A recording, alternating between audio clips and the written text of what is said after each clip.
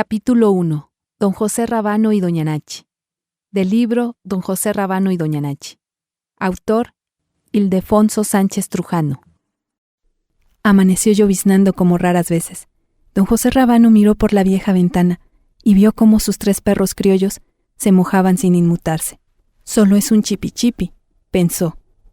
Es la lluvia espantaflojos, solía decir doña Nachi. Así que don José Rábano no hacía ni el más mínimo comentario acerca del estado del clima del día, por lo que muy en silencio regresó a su aposento. Se sentó perezosamente en el costado de la cama, echó a un lado las viejas cobijas de lana y se volvió a acostar con exagerada lentitud, tratando de no despertar a la mujer que tranquila dormía. Sintiendo un frío más espiritual que invernal por la discusión de la noche anterior, sintió ese frío recorrer todo su cuerpo y se acurrucó a dormir balbuceando: «Esto es vida». A los 5 minutos se dejó escuchar la voz poco cariñosa de doña Nachi. «Levántate a ordeñar, esa vaca va a subir la leche». Don José Rábano hizo como que no escuchó. Se acurrucó e incluso roncó 3 veces para que su sueño fuera creíble. Doña Nachi se levantó. Estiró sus brazos quejándose como siempre del dolor de sus riumas y también se asomó por la ventana, viendo cómo sus gallinas cloqueaban y ya andaban rascando la dura tierra por las orillas del patio, mientras que sus pollitos se disputaban las lombrices. Contó primero las gallinas y después contó a uno los pollitos. Le faltaba una guajolota que alcanzó a mirar saliendo detrás de un gran maguey chaminí. Con 5 guajolotitos y 6 pollitos detrás de ella que cuidaba como propios.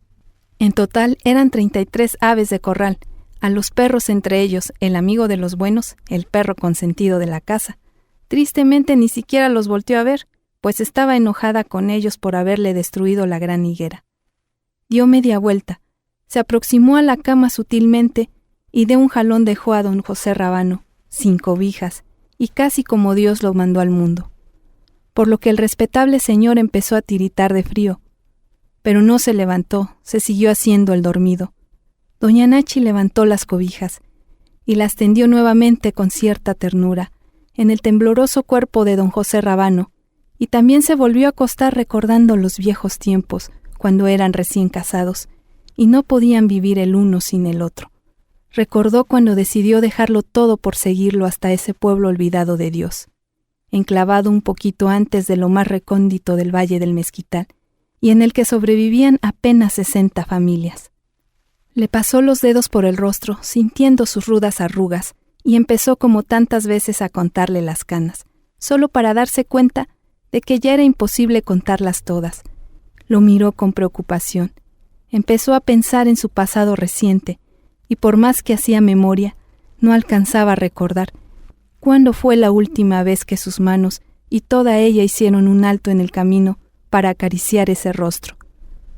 De repente hablaba en voz baja. «Nos estamos poniendo viejos. Se nos está yendo la vida». Se levantó en silencio, se acercó al espejo del viejo ropero de cedro que le había heredado su padre, miró su rostro trigueño a través de éste y se dio cuenta de que su cabello también pintaba canas. El espejo se humedeció con su respiración, por lo que su figura se nubló. Se distrajo observando las figuras garigoleadas del ropero y le dio nostalgia al recordar a su padre ya muerto, a su mamá que vivía lejos y enferma, y a sus hermanos regados en la lejanía de la vida. Pero lo que más le dolía en el alma era recordar a su hermana fallecida en pleno apogeo de su juventud, de la que solo conservaba como recuerdo un retrato que pendía de la pared donde se podían contemplar las 3 mujeres.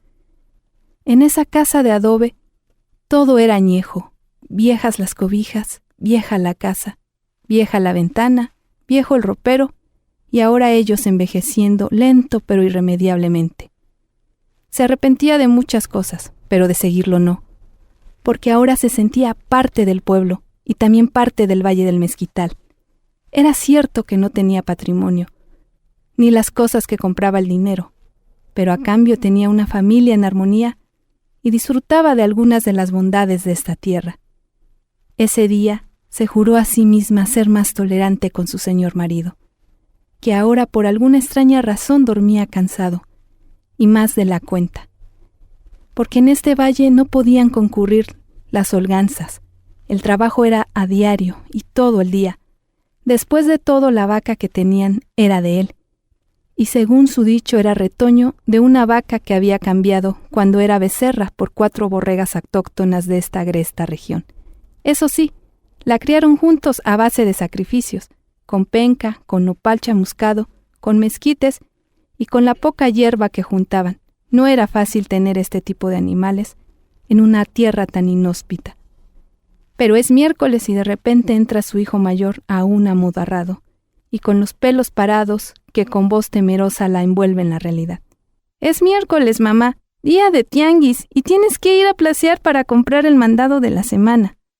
La madre respira profundo. Iba a contestar cuando su hijo le gana la palabra. «¿Ahora sí nos vas a cumplir? ¿Comprarás chicharrón?» Y viene a la mente un platillo que a ella también se le antoja comer desde hace muchos, pero muchos miércoles. Y no habrá poder humano que impida preparar tan suculento platillo, porque es uno de los pocos gustos que se puede dar, puesto que el taco placero es económico y los nopales solo es cuestión de salir a cortarlos. 100 gramos de chicharrón y un poco de queso de Huichapan, poco jitomate, aguacate de ese de cáscara blanda, poco chile y nada más así, con tortillas recién salidas del comal. Lo hará rendir, alcanzará para todos. Con un antojo tanto tiempo reprimido, se le olvidan sus recientes propósitos comprensibles, y ahora va hacia el marido que plácido, tranquilo y con el cuerpo aflojado descansa como si no debiera media vida. Lo despierta y le exige el gasto. Don José Rábano ahora se levanta a toda prisa, se viste adormilado, con su pantalón azul de mezclilla, que también es viejo y sin ponerse la camisa busca entre los bolsillos, y saca su resto para completar solo 9 pesos con 50 centavos. Solo le falta un tostón para completar los 10 pesos del gasto de la semana, y por la falta de ese tostón, doña Nachi se puso trémula del coraje y empezó otra discusión conyugal, que casi acaba con el enlace matrimonial, que solo se salvó por la cordura de don José Rábano y sobre todo porque al final encontró un 20 perdido entre las bolsas de su pantalón, un 20 tan valioso en ese entonces, que acabó de tajo con la discusión. A don José Rábano no le interesaba en lo más mínimo que su cabellera se estuviera llenando de canas, que según él eran canas prematuras. Lo que sí le preocupaba y mucho era que se estaba quedando calvo de enfrente, de atrás y de todos lados, por lo que recurriría a los remedios caseros para reformar su situación. Se embarraba por las noches lo mismo jitomate, aguacate, chile serrano y todo lo que le decían. Incluso se llegó a untar mierda fresca de vaca. Fueron tantas cosas que se embarró en la cabeza, que no supo lo que le sirvió para que le brotara nuevamente el cabello, así que constantemente se seguía poniendo los distintos remedios en la cabeza. No le importaban las constantes burlas de doña Nachi. Después de todo, le habían dado resultado. A las 3 de la tarde el cielo seguía nublado, pero las nubes endurecidas se negaban a dejar caer algo más que una llovizna infame, aunque un poco refrescante. A esa hora toda la familia estaba comiendo el taco placero tanto tiempo anhelado, e incluso había alcanzado para el guacamole. Todo esto acompañado con agua color rosa cristalina, que nadie atinaba a qué sabor era. Era de choconoscle, bien fresca, hecha con una nueva receta conseguida de su comadre de Tunacuata, que vivía a un lado de su casa, y seguida al pie de la letra, molida en el molcajete negro y el agua en la olla de barro gorda para que alcanzara para todos. Al terminar, don José Rábano despreciaba el agua y prefería tomarse su litro de pulque blanco, con alto grado de viscosidad, y claro, entre más baboso, más sabroso, y tomado al estilo regional, vertido en una penca de maguey, sintiendo la frescura cómo resbalaba por ambos lados de la comisura labial.